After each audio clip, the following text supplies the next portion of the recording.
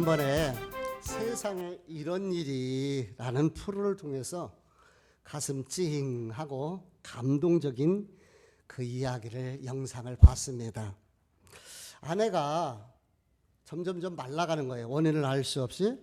그러는 그 근육이 완전히 줄어드는 희소병, 벌써 넘겨놨어요. 루게릭병에 걸린 아내를 11년 동안 간병을 하는 남편 이야기예요. 저 보지만은요, 말도 못하고요, 손 하나 발가락 하나 까딱을 못합니다. 완전히 보니까요, 거의 식물인간이에요. 근데 머리는 살았어요. 뇌가 사는 거예요. 지금은요, 호흡근까지 이제 약해져 갖고 산소 호흡기를 이렇게 연결하지 않으면은 숨쉬기가 어려울 정도라고 합니다. 세상에 이런 일이 출현하려면은 누군가가 제보를 해야 되잖아요. 근데 이 제보를 저분이 하셨다는 거예요. 어떻게? 말도 못하죠? 글도 못 쓰죠? 아무것도 못하는데 어떻게 저분이 제보를 했을까? 남편하고요. 우리 다음 한번 더 넘겨줘 볼래요? 이 남편하고 독특한 방법으로 서로가 소통을 하고 있어요. 그래서 글을 쓰는데 머리는 살아있다고 그러잖아요. 그래서 판에다가 기역, 니은, 디귿, 니을 또 아야, 어여 모음, 자음을 놓고 하나씩 글을 만들어 가는 거예요. 예를 들어서 아버지 할 때는 가나다라 기역, 니은, 디귿, 니을 해서 이응자가 나오면 아 하면은 다른 데를 쓸 수가 없으니까 여기가 이렇게 실룩실룩 하더라고요. 그럼 남편이 그것을 알아차리고 아자를 놓은 거예요. 그리고 아자, 이 아자를 갖다가 다시 하면은 그렇게 해서 글씨를 만들면서 자기 죽기 전에 생전에 남편과의 아름다운 추억을 간직하고 싶다고 남편을 통해서 이렇게 글을 써가지고 제보를 한 거예요. 대단하죠? 저는 저 영상을 보면서 예전에 우리 교회에서 했었던 가나다라 감사 글쓰기 기억나시나요? 그것이 생각이 난 거예요. 우리 가나다라 글쓰기 대회는 일본의 미즈누 겐즈라는 사람을 통해서 제가 아이디어를 얻어서 우리가 함께 해본 그런 프로그램인데요. 그 미즈누 겐즈라는 사람도 10살 조금 넘어서 뇌막염이 와가지고 뇌수막염이 와가지고 온몸이 불구가 된 거예요. 근데 그 친구는 눈을 깜빡이는 거예요. 그래서 눈을 깜빡이면서 엄마와 소통을 하는 거예요. 그 엄마와 함께 그렇게 모음과 자음을 갖다 놓고 그렇게 해서 만들어서 쓴 책이 감사는 밥이다. 이 책을, 이 두터운 책, 이 시집이거든요. 엄마가 모음 자음을 갖다가 눈 깜빡깜빡하면서 이렇게 만든 책이 이 감사는 밥이다라는 책, 물론 이것은 번역판이고요. 이것을 그렇게 해서 일본 사람인데 정말 놀랍다는 생각이 들었는데 보니까 우리나라에도 이런 분들이 계신 것입니다. 얼마나 놀랍습니까? 정말 이게 보통 사람 갖고는 할 수가 없는 거예요. 간병을 하시는 저 남편의 나이도 70이 되셨다고 그래요. 그리고 허리 협착증이 있어서 허리가 아파가지고 아내를 하는 일이 너무 힘든 거예요. 그런데도 하는 얘기가 아내에 비하면은 나는 아무것도 아니다. 그렇게 이야기를 합니다. 아무것도 할 수 없는 아내를 위해서 희생한 그 남편의 사랑이 아름답고 그런 남편과 함께 그래서 그 남편의 사실 고마움을 표현하고 싶어서 글을 그렇게 해갖고 보냈겠죠. 제보한 그 아내의 마음이 아름답고 정말 남편에게 감사하면서 그 눈물이 이렇게 그러면서 흘러내리는 이 모습이 보여졌거든요. 남편이 고마워서 그렇게 눈물로 표현하는 그 모습을 보면서 방송국에 제보한 그 아내의 모습이 너무 아름답더라고요. 저는 그 모습을 보면서 그런 생각이 들었어요. 이분들에 비해서 우리가 정말 행복하고 감사한 일들이 많은데 우리는 감사하며 살고 있는가? 특히 배우자에 대해서 감사하고 있는가? 아니면 가족과 사랑하는 자녀들 앞에 그리고 내 부모에게 감사하면서 살고 있는가? 오늘 숙제를 하나 내드리려고 생각합니다. 숙제예요. 꼭 하셔야 돼요. 집에 돌아가셔서 그래도 아내가 있고 남편이 있잖아요. 감사하시고요. 자녀들이 있잖아요. 또 부모님이 계시잖아요. 그 부모님께 자녀에게 감사를 좀 표현하고 사랑을 표현하는 시간이 됐으면 좋겠어요. 숙제예요. 꼭 하셔야 돼요. 표현하기 전까지의 사랑은 사랑이 아니다라는 말이 있더라고요. 감사도 마찬가지인 것 같아요. 표현하기 전까지는 감사가 아니다. 내 마음속에 있지 말고 그냥 그래서 조금만 내 방식으로 집에 가서 내 가족들에게 감사를 표현하는 이런 날이 되었으면 좋겠습니다. 꼭 실천해 보세요. 아멘. 네. 본문의 말씀 우리 한번 살펴보도록 합니다. 우리 20장 1절 2절 말씀을 읽어볼게요. 같이 읽어봅니다. 시작. 모압 자손과 암몬 자손들이 마온 사람들과 함께 와서 여호사밧을 치고자 한지라. 어떤 사람이 와서 여호사밧에게 전하여 이르되 큰 무리가 바다 저쪽 아람에서 왕을 치러 오는데 이제 하사손사발 곧 엔게디에 있나이다 하니. 예, 이 기사는 여호사밧이라는 왕 시대에 일어났었던 사건인데요. 이 왕 때에 아람하고 여기 보니까 에돔, 모압하고 암몬이라는 나라가 연합을 해서 에돔 지역 쪽에서 또 아람 지역에서 치러 올라온다는 이 소식을 듣게 되어져요.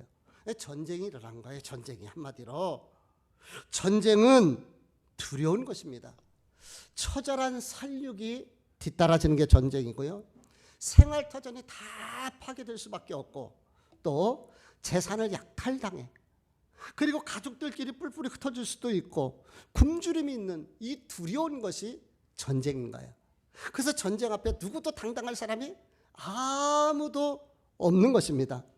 지금 국가적으로 엄청난 이 위기를 만나고 전쟁의 회오리 속에서 두려움과 공포 속에 떨 수밖에 없는 이런 상황이었습니다. 이럴 때에 우리가 배워야 할 것이 있어요. 이럴 때 성경을 어떻게 대처를 하는가? 이럴 때 여호사밧 왕과 백성들은 어떻게 대처를 했는가 한번 살펴볼게요. 3절, 4절 말씀을 읽어보도록 합니다. 같이 읽어봅니다. 시작. 여호사밧이 두려워하여 여호와께로 낯을 향하여 간구하고 온 유다 백성에게 금식하라 공포하매 유다 사람이 여호와께 도우심을 구하려 하여 유다 모든 성읍에서 모여와서 여호와께 간구하더라. 예, 여기에 보니까 어떻게 대처했는가를 보는데 정말 두려운 거예요. 떨리는 거예요. 그런데 그들은 먼저 군사적 전략을 세우지 않고 방어 계획을 세우지 않았네요. 그리고 그들이 뭐 했어요? 금식하도록 하고 기도하도록 하고 함께 모여 기도하기 시작합니다. 국가의 위기를 만났을 때에 하나님에게 도움을 구하는 거예요. 하나님을 의지하는 거예요. 국가의 위기를 만났을 때. 이것이 바로 신앙인들의 모습이어야 돼요. 우리가 이 땅을 살아갈 때에 어려움이 있잖아요. 문제가 생기잖아요. 고난 없는 사람 없잖아요.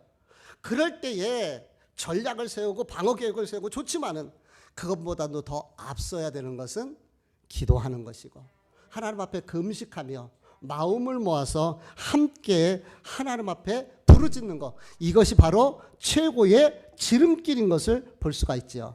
지금 여호사밧은 전략 세우지 않았어요. 인간의 잔머리로 문제 해결하려고 하지 않았어요. 하나님의 도움을 구하는 그러한 일을 하게 되는 거죠. 그러니까 가정적으로도 어려움이 있잖아요. 그럴 때에 여러분들 함께 가족들과 함께 금식하며 그 문제를 위해서 기도하시기를 바랍니다. 교회가 어려움이 있을 때 우리 함께 금식하며 기도하자고요. 교회를 사랑하는 마음으로 합력하며 선을 이루게 되는 것입니다. 12절 13절 말씀을 같이 읽어봅니다. 같이 읽어봅니다. 11절 12절 13절 시작. 우리 하나님이여 그들을 징벌하지 아니하시나이까. 우리를 치러 오는 이 큰 무리를 우리가 대적할 능력이 없고 어떻게 할 줄도 알지 못하옵고 오직 주만 바라보나이다 하고 유다 모든 사람들이 그들의 아내와 자녀와 어린아이와 더불어 여호와 앞에 섰더라. 예, 아멘. 여기 한번 말씀을 보세요. 우리를 치러 오는 이 큰 무리를 우리가 대적할 능력도 없고 어떻게 할 줄도 알지 못한다. 대적할 힘이 없고 해결할 능력이 되게 없다는 거예요. 그럴 때 어떻게 했습니까? 오직 주만 바라보나이다. 따라서 볼까요? 오직 주만 바라보나이다. 아멘. 그렇습니다. 어찌할 바를 알지 못하는 이 순간에, 어떻게 해야 될지 알지 못한 이때에 그들은요 하나님을 바라봤어요. 하나님을 바라본 거예요. 하나님이 하실 것을, 하나님이 이 위기를, 하나님께서 이 고난을, 하나님께서 이 문제를 해결해 주시길 바라면서 하나님을 바라보았습니다. 하나님을 바라보며 기도할 그때에 하나님께서 놀라운 일을 이루어 내셨습니다. 그것이 바로 15절인데요. 우리 한번 15절 말씀을 볼게요. 같이 읽어봅니다. 시작. 야하시엘이 이르되 온 유다와 예루살렘 주민과 여호사밧 왕이여 들을지어다. 여호와께서 이같이 너희에게 말씀하시기를 너희는 이 큰 무리로 말미암아 두려워하거나 놀라지 말라. 이 전쟁은 너희에게 속한 것이 아니요 하나님께 속한 것이니라. 아멘. 그 두려움 속에 하나님 앞에 금식하며 백성들이 모여서 하나님 앞에 기도할 때에 하나님의 영이 야하시엘이라는 선지자에게 임했고 그 입을 열어서 하나님의 말씀을 주시는 거예요. 하나님의 말씀을 주시는데 뭐라고 얘기합니까? 두려워하거나 놀라지 말라. 이 전쟁은 너에게 속한 것이 아니요 하나님께 속한 것이니라. 전쟁은 누구에게 속했다고요? 전쟁은 하나님께 속한 거예요. 전쟁은 하나님께 속해요. 그런데 전쟁은 하나님께 속했다는 이 말을 한 사람이 또 있어요. 그게 누구예요? 다윗입니다. 사무엘상 17장 우리 47절 말씀을 읽어볼게요. 시작. 또 여호와의 구원하심이 칼과 창에 있지 아니함을 이 무리에게 알게 하리라. 전쟁은 여호와께 속한 것인즉 그가 너희를 우리 손에 넘기시리라. 아멘. 전쟁은 누구에게 속했어요? 하나님께 속한 거예요. 여호와께 전쟁은 속한 거예요. 다윗도 그 거대한 골리앗을 향해서 나갈 때 너는 칼과 창과 단창, 지금 우리 삶에 적용을 한다면 너는 지식으로 세상 학벌로 돈으로 명예로 권세로 내게 오지만은 나는 살아계신 하나님의 이름으로 나간다. 만군의 여호와 하나님, 전쟁은 하나님께 속해 있다. 전쟁이라는 것이요 국가 간의 싸움이잖아요. 그런데 이것을 개인에게 적용을 해보면은 원치 않는 질고 인생이 뜻하지 않은 문제, 고난, 이게 다 전쟁일 수가 있는 거예요. 이 전쟁은 누구에게 속해 있습니까? 하나님께 속해 있습니다. 전쟁은 하나님께 속해 있다.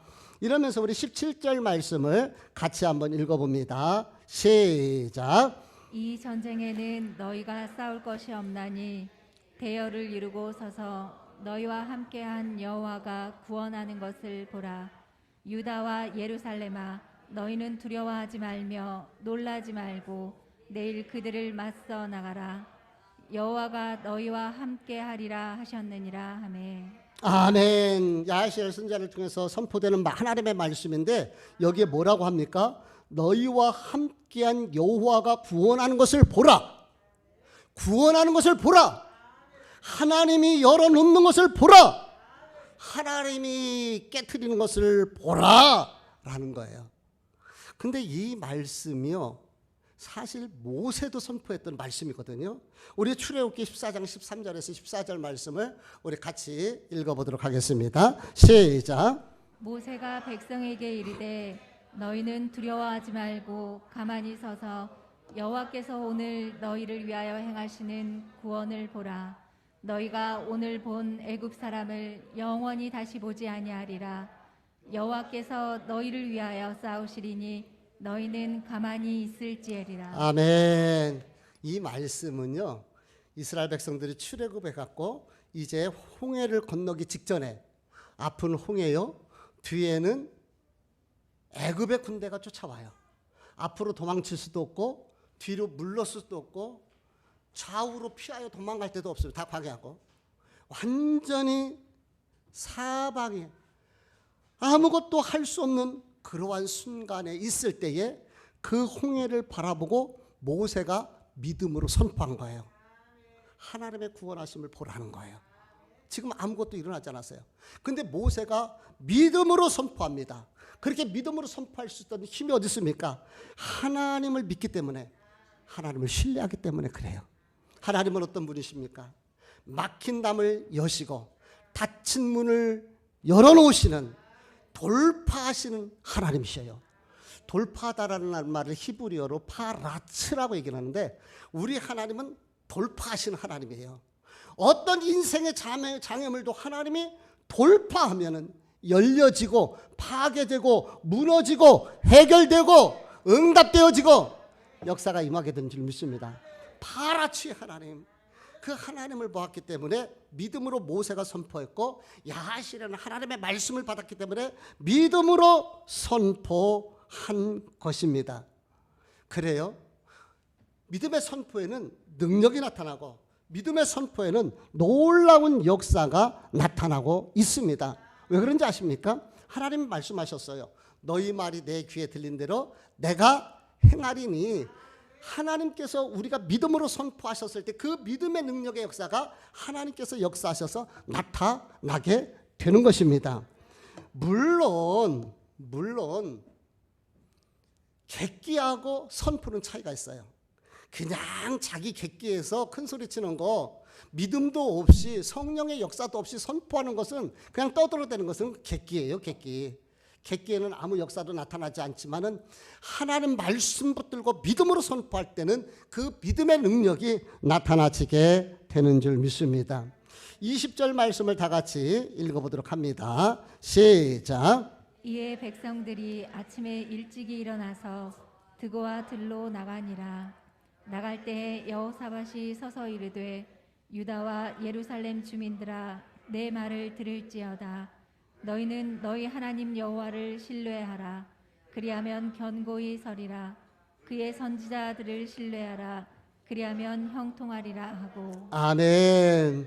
지금 백성들이 아침에 일찍 일어나서 드고와 들로 나가는 거예요. 이제 전쟁터로 나가는 거예요. 이게 백성이기보다도 전쟁에 참여할 이 군인들이 이렇게 참여해서 이제 드고와 들로 이제 전선으로 나가게 되는 것이죠. 근데 놀랍지 않아요? 여태까지는 두렵고 떨었습니다. 무서웠습니다. 그랬던 그들이 전쟁터에 나가겠다고 나서는 거예요. 어떻게 이런 용기와 이런 담대함이 그들에게 왔을까요? 그들이 이렇게 담대하고 용기를 낼 수 있었던 원인이 어디 있습니까? 그것은 이미 야시엘 선지자를 통해서 하나님의 말씀을 들었기 때문인 거예요. 하나님의 말씀을 들으니까, 하나님의 말씀이 믿음으로 다가서니까 그것이 용기가 되고 담대함이 생기게 된 동기가 된 것입니다. 그래서 우리 성도들은요, 말씀 붙들고 살아야 됩니다. 말씀이 능력입니다. 말씀이 힘입니다. 말씀 붙들고 있으면은 아무리 어려운 상황이라 할지라도요, 우리는 이겨낼 수가 있어요. 말씀이 없어서가 문제지. 우리 안에 생명의 말씀, 능력의 말씀이 있으면은 그 말씀을 붙잡고 우리는 넉넉하게 이길 수가 있는 거예요. 그 전까지 두려워 떨었던 그들이 선지자의 말씀을 통하여서 하나님의 말씀을 받고 나니까 용기가 생기는 거예요. 담대함이 생기는 거예요. 아, 이 전쟁은 우리 하나님께서 앞장서시는구나. 그러니까 믿음으로 나갈 수 있었던 것이죠. 이제 그들을 보면서 여호사밧 왕이 선포를 하는 겁니다. 뭐라고 선포합니까? 여호와를 신뢰하라. 그리하면 견고히 서리라. 그의 선자를 신뢰하라.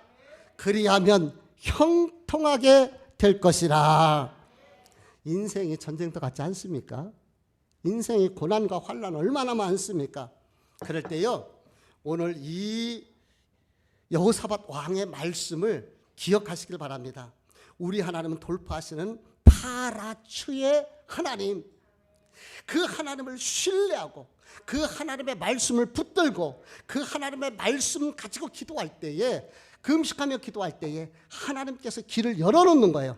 닫힌 길을 열어놓으시고 닫힌 문을 열어놓으시고 어떤 장애물도 하나님이 풀어주실 줄 믿습니다.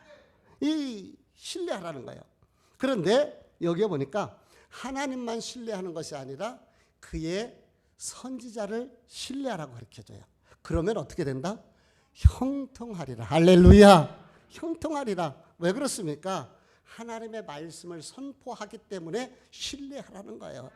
즉 하나님을 신뢰하는 것이 그 말씀을 선포한 선지자를 신뢰하는 것이고, 선지자를 신뢰하는 것이 곧 그 말씀을 주신 하나님을 신뢰하는 것이기 때문에 그의 종을 신뢰하라. 그리하면 형통하리라. 여러분, 말씀 전하는 주의 종의 말에 그를 신뢰하시기를 바랍니다. 그럴 때 형통의 역사가 있어요. 하나님께서 함께 하심으로 성도들을 위해서 기도하게 하는 사람이 목회자잖아요. 요즘 세미나에서 우리가 함께 나누었던 것처럼. 그러므로 신뢰하시기를 바랍니다. 우리 성도들의 삶 속에 하나님의 형통이 임하기를 원합니다. 그런데 이 말씀을 좀 보면 좀 고개가 갸우뚱해지는 이야기가 있어요. 그게 뭐냐면은 하나님을 신뢰하라, 견고하게 되리라. 그의 종을 선지자를 신뢰하라, 형통하리라. 여기까지는 이해가 돼요, 안 돼요? 이해가 되죠. 말씀이니까. 그런데 21절 말씀을 한번 보도록 합니다. 같이 읽어봅니다. 시작. 백성과 더불어 의논하고 노래하는 자들을 택하여 거룩한 예복을 입히고 군대 앞에서 행진하며 여호와를 찬송하여 이르기를 여호와께 감사하세 그의 인자하심이 영원하도다 하게 하였더니. 예, 지금 어디로 나가고 있습니까? 전쟁터를 향해 나가고 있는 거예요. 전쟁터. 놀러 가는 거 아닙니다. 야유에 나가는 것이 아닙니다. 근데 전쟁터에 나가는데 여기에 보니까 노래하는 자들을 택하여서 거룩한 예복을 입고 그리고 앞장서서 나가도록 했어요. 아니, 보통 이 군악대 모습이거든. 사실 이게 군악대 있잖아요. 군악대. 군악대들은 군인의 보호를 받으면서 앞에 있는 군사들 뒤에서 보호를 받으면서 가야 되잖아요.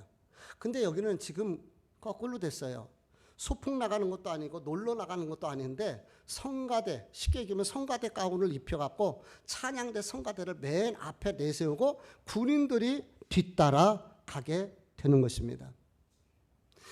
그러면서 뭐라고 얘기를 하느냐면은 여호와께 감사하세, 감사라는 거예요. 무엇을 감사합니까? 그의 인자하심이 영원하도다, 감사라는 거예요. 이게 여러분 이해가 됩니까? 다시 말합니다. 전쟁터에 나가는데 맨 앞에 군인들이 서야 되는데 성가대가 맨 앞에 섰어요. 보통 전쟁이 나려면 전투복을 입어야 되잖아요. 전투복 입지 않고 그야말로 거룩한 예복, 성가대 가운 같은 것을 입고서 그리고 찬송하며 나가는 거예요. 그러면 이 행진이 전쟁에서 승리하고 돌아오는 행진이면 이해가 돼요. 근데 지금 전쟁을 하지도 않은 거예요. 전쟁이 어떻게 될지도 몰라요. 근데 찬양대를 맨 앞에 세워서 하나님께 감사라는 말이 이해가 됩니까? 이게 사실 순서가 안 맞는 말이에요. 우리가 이론적으로 봤을 때, 논리적으로 봤을 때, 인간적으로 봤을 때 전혀 맞지 않습니다. 그렇잖아요. 그래서 믿음의 눈으로 봐야 돼요. 믿음의 생각으로, 믿음의 눈으로, 믿음으로 판단하지 않으면 이거 정말 속된 말로, 세상 말로 죄송합니다. 뻘짓인 거예요. 있을 수 없는 짓입니다. 그런데 이런 일들이 일어나게 된 것입니다. 왜 이게 가능한지 아십니까? 이미 그들은 하나님을 신뢰하기 시작했던 것이에요. 그들은 이미 마음속에 이 전쟁은 하나님이 앞장서셨다라는, 그리고 하나님이 이 전쟁 앞서가신다라는, 하나님이 이 전쟁을 승리하게 해주셨다는 믿음이 있기 때문에 이미 마음속에서는 승리한 거예요. 그러니까 그들이 20절에 보니까 백성과 더불어 의논했다고 그랬잖아요. 그들이 의논을 한 거예요. 우리가 어떻게 하면 하나님 앞에 감사하고 영광을 올려드릴까? 그래, 의논하고서 그러면 우리 아직 전쟁도 안 했지만은 하나님이 승리케 하신 것을 믿고 우리 찬양대를 앞세워서 나가고 그 하나님 앞에 감사하면서 나갑시다 라고 그들이 행진을 하게 됐던 것입니다. 우리는 이것을 앞북치는 감사라고 볼 수가 있습니다. 미리 감사하는 것이죠. 하나님께서 역사하실 것을 믿고 먼저 감사하는 거예요. 앞북치는 감사, 먼저 감사하는 거죠. 아까 모세도 미리 선포를 하잖아요. 그때 하나님께서 그 믿음의 선포 속에 역사하셨잖아요. 이스라엘 백성들은 바로 그와 같은 믿음의 행동인 거예요. 사랑하는 성도 여러분, 감사 153 감사일기 쓰시고 계시나요? 때문에의 감사가 있습니다. 하루 지켜주셨기 때문에, 평안했기 때문에, 건강하기 때문에, 한 해 잘 지켜주셨기 때문에 하나님 앞에 감사하는 거죠. 때문에 감사해야 됩니다. 근데 우리 성도들은 여기서 한 걸음 더 나가서 믿음의 감사, 앞북치는 감사가 필요한 거예요. 하나님이 하실 것을 믿고 하나님이 일하실 것을 기대하며 나의 파라치의 하나님, 내 인생의 장애물 주님께서 돌파해 주실 것을, 그 모든 막힌 문, 막힌 담을 열어주실 것을 믿으면서 믿음으로 감사를 선포하는 것입니다. 오늘 이들의 행동은 믿음의 눈으로 보지 않고는 이해할 수 없는 것이에요. 근데 우리가 믿음의 눈으로 보니까 앞북치며 감사하는 모습이 되잖아요. 그렇죠? 우리가 지난주에 다윗을 통해서 우리가 살펴보았던 말씀이 무엇입니까? 다윗은 아삽 형제와 사람을 세워서 감사를 전담하도록 그렇게 했습니다. 역대하 7장 6절 말씀을 한번 같이 볼까요? 같이 읽어봅니다. 시작. 그때의 제사장들은 직분대로 모셔서고 레위 사람도 여호와의 악기를 가지고 섰으니 이 악기는 전에 다윗 왕이 레위 사람들에게 여호와께 감사하게 하려고 만들어서 여호와의 인자하심이 영원함을 찬송하게 하던 것이라. 제사장들은 무리 앞에서 나팔을 불고 온 이스라엘은 서 있더라. 예, 무엇을 만들었습니까? 악기를 만드는 거예요. 왜? 하나님께 감사하기 위해서 그 악기, 물론 그 악기를 어떻게 감사해서 했는지는 모르겠습니다. 그런데 하나님 앞에 감사를 전담으로 하는 악기를 만들어서 그렇게 하나님 앞에 찬양하도록, 감사하도록 이렇게 했던 것을 보게 되지요. 이게 다윗의 모습인 거예요. 또 느헤미야서 11장 17절 말씀을 볼게요. 같이 읽어봅니다. 시작. 또 아삽의 증손 삽다의 손자 미가의 아들 mat단야이니 그는 기도할 때 감사하는 말씀을 인도하는 자가 되었고. 예, 느헤미야 총독은요, 기도할 때 감사하는 사람을 따로 세웠어요. 그러니까 기도할 때 감사를 전담하는 어떤 그런 제도를 만들었었던 것 같아요.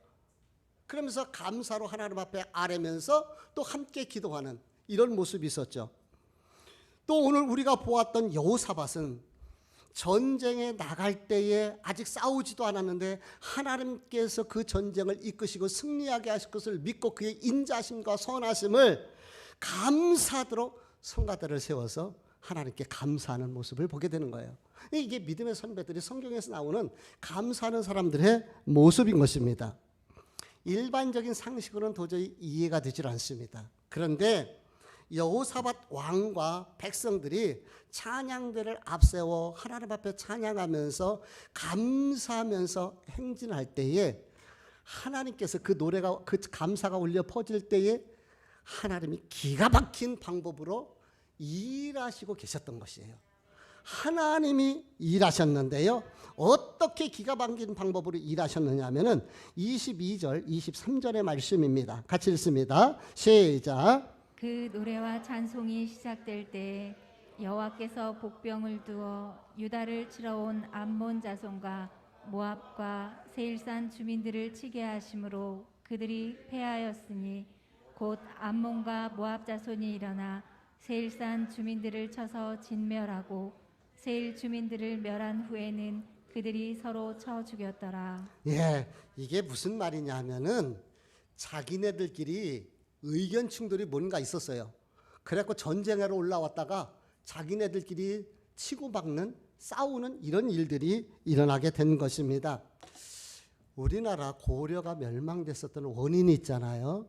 그것은 이성계 장군이 강화도 위화도라는 곳에서 요동성을 치기 위해서 군대를 갖고 가다가 거기에서 군대를 돌이켜서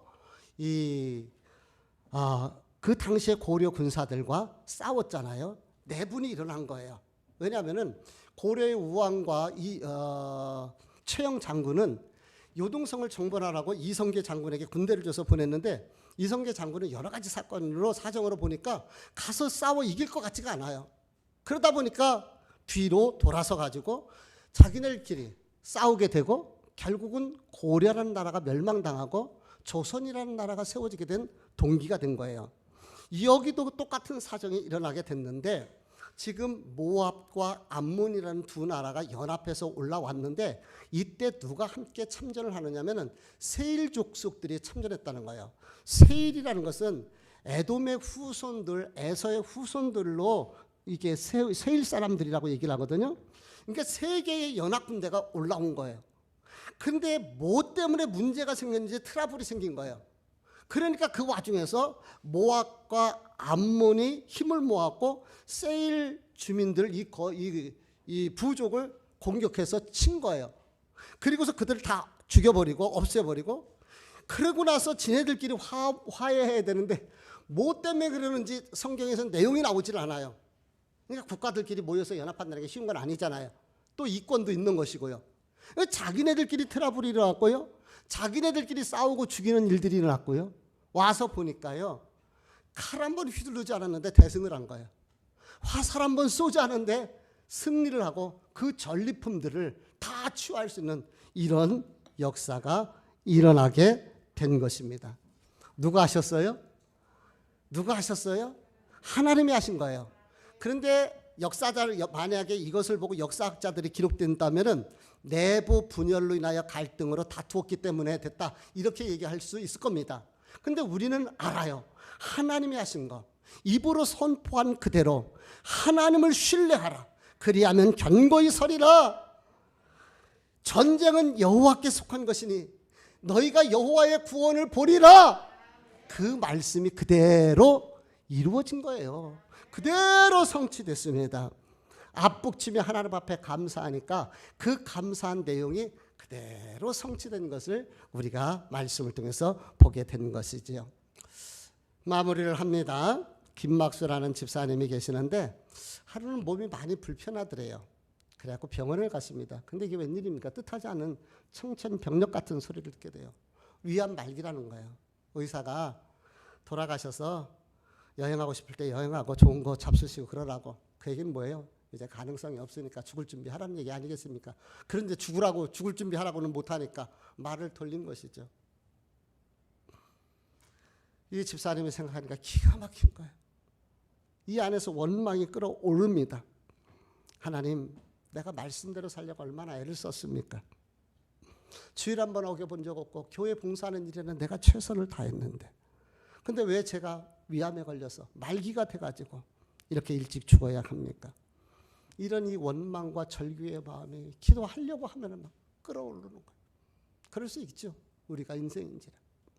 그런데 그때 어느 날 기도하는데 목사님의 설교가 떠오르더라는 거예요. 하나님께서는 감사하는 기도를 기뻐 받으십니다.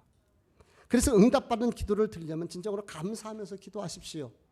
이 말씀이 떠올라서 그래 감사하면서 한번 기도해보자. 그리고 감사하면서 기도하려니까 감사가 잘 떠오르질 않더래요. 별 감사가 없더래요.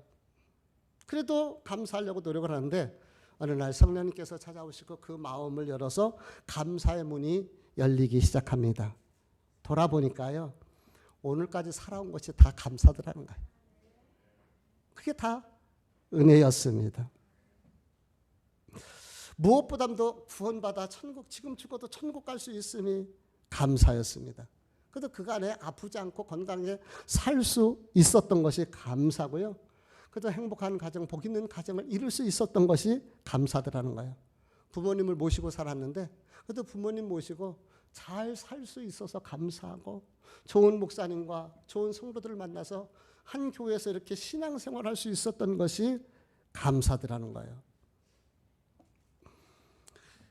그렇게 하나님 앞에 감사하기 시작합니다. 그러다 어느 날 감사하면서 기도하는데 뭔가 막 화산이 올라오는 것처럼 하여튼 화라산이라고 그러나요? 그런 것처럼 자기 안에서 뜨거움이 올라오기 시작하고 뭔가 몸이 가벼운 듯한 이런 느낌이 들더라는 거예요.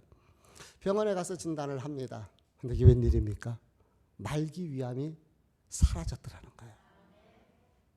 참 불가능한 일이 많이 생겨요. 제가 예전에도 여러분 몇 번씩 얘기했는데 내 친구 우리 서인호 목사는 췌장암이었어요. 췌장암. 수술 날짜 잡고 수술해봤자 가능성을 넣었다고 사모님한테 준비하라고 그랬어요. 수술 때문에 이제 입원하면서 입원 이제 내일 이제 해야 되는데 그 전에 와가지고 체크를 하는데 세상에 췌장암이 없어진 거예요. 내가 그때 모디 신우의 예배를 인도하러 갔었는데요. 예배 인도하기 위해서 대기하고 있다가 전화를 받았어요. 저는 조금 있다가 예배를 인도하고 말씀 전해야 돼요. 너무나 감사했어요. 울컥해갖고요. 지도 울고 나도 울고 전화로. 이 췌장암이요. 이게 나쁜 암이에요. 그게 없어졌다니까요. 거짓말 같아요. 내 친구 데리고 와볼까? 친구 목사. 하나님께서 함께 하시니까 위암 말기도 하나님이 치료하시면 됩니다. 김막수 집사님은 이런 얘기로 마무리를 했다고 그러네요. 간증을 하면서. 감사는 정말로 신비하고 놀라운 힘이 있습니다. 감사가 암을 고쳤습니다. 감사가 내 인생에 혁신을 주고 변화를 주고 인생을 새롭게 바꾸어 놓았습니다. 사랑하는 성도 여러분, 감사하며 삽시다. 돌아보면은 그저 하나하나가 감사잖아요. 그래도 내가 아까 우리 서론에서 봤었던 그 상황. 근데 우리가 얼마나 감사합니까?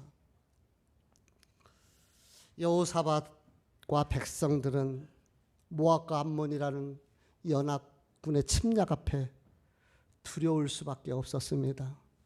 그것을 해결할 힘도 능력도 대처할 방법도 아무것도 없는 그런 상황에 있었을 때 그들은 할 수 있는 것 하나님을 신뢰하고 하나님 앞에 기도하며 금식하며 마음을 모았습니다. 그때 하나님의 말씀이 선지자에게 임했고 그 말씀이 선포됩니다. 하나님을 신뢰하게 됩니다. 그러니까 믿음이 생기고 담대함이 생기고 두려워 떨던 피난 가려고 했던 그들이 이제 적을 향하여 나서게 되고 찬양대를 앞세워서 맨 앞에 세우고 하나님이 일하실 것을 믿고 감사하면서 감사를 선포하며 나갈 때에 하나님이 하나님의 방법으로 일하셨고 내부 분열이 일어나서 자기네들끼리 쳐 죽이는, 그래서 화살 한번 쏘지 않고 칼 한번 쓰지 않고 창 한번 찔러보지 않고 전쟁에 승리하는 이런 역사가 나타났습니다. 우리 감사하며 살자고요. 하나님이 일하시면 됩니다. 우리 인생에 어떤 어려움이 있다 할지라도 하나님이 앞서가시면 됩니다. 우리 하나님은 파라치 하나님, 돌파하신 하나님, 닫힌 문도 열어주시는 하나님. 어떤 삶이든지 아니 설사 내 기도대로 되지 않아 그리 아니하실지라도 그럼에도 우리 하나님 앞에 감사하면서 설 수 있는 성도들 되시기를 주님의 이름으로 축복을 드립니다. 감사를 표현하세요. 자꾸. 그리고요 여러분들 우리 감사 153 기간이잖아요. 제가 우리 아들한테 얘기했더니 우리 아들이 설교를, 오늘 또 이 얘기 설교를 들을 텐데 얼마나 얼굴이 자기 이야기했다고 창피한지 그래서 교회를 못 올 것 같다고 쑥스럽다고 그렇게 이야기를 했다고 합니다. 그런데요 감사일들이 자꾸 이렇게 일어나잖아요. 그런 것들을 자꾸 감사를 하세요. 어떻게 보면은 내가 깨달은 말 한마디가 1만 마디 방언보다 더 은혜가 있을 때가 있어요. 그러니까 내가 깨달은 감사, 하나님이 주셨다는 감사, 그 감사로 서로 나누시기를 바랍니다. 말기암 치료돼서만이 감사가 아니잖아요. 일상의 삶 속에서 하나님이 세심하게 소소하게 이끌어 가시는 것들이 감사잖아요. 우리 감사하며 살 수 있는 저와 여러분이 됐으면 좋겠습니다. 특별히 이제 교회가 집중했으면 좋겠어요. 물론 자체 강론 부흥회를 합니다. 요즘 외부 강사 모셔서 부흥회하기가 쉽지가 않습니다. 그래서 자체 부흥회를 하는데요. 마지막 날에는 감사 간증의 나눔의 시간을 가질 것입니다. 감사했던 이야기들 서로 얘기 좀 하시고요. 또 저한테도 좀 이야기를 해 주시기를 부탁을 드립니다. 이번 부흥회 때에 하나님이 베푸시는 놀라운 은혜를 목격하게 될 줄 믿습니다. 하나님의 치유의 역사가 임할 것입니다. 하나님이 하심으로 우리 인생의 아픈 문제가 이번 부흥회 때 해결되는 역사가 나타날지어다 믿음으로 선포하자고요. 그리고 우리 함께 금식하면서, 그래서 우리 마지막 주간에는 꼭 한 끼씩이라도 일주일에 한 끼 금식하면서 은혜 받기를 위해서 함께 우리 기도하면서 하나님의 은혜를 사모했으면 좋겠어요. 여호사밧이 전쟁터에 찬양대를 세우고 감사하며 전진했던 것처럼 어떤 어려움이 있어도 어떤 고난이 우리 앞에 있다 할지라도 앞서가시는 하나님, 그 파라치 하나님, 승리케 하시는 그 하나님을 믿고 우리도 함께 믿음으로 돌파하고 감사로 나갈 수 있는 성도들 되시기를 주님 이름으로 축복합니다. 기도하시겠습니다.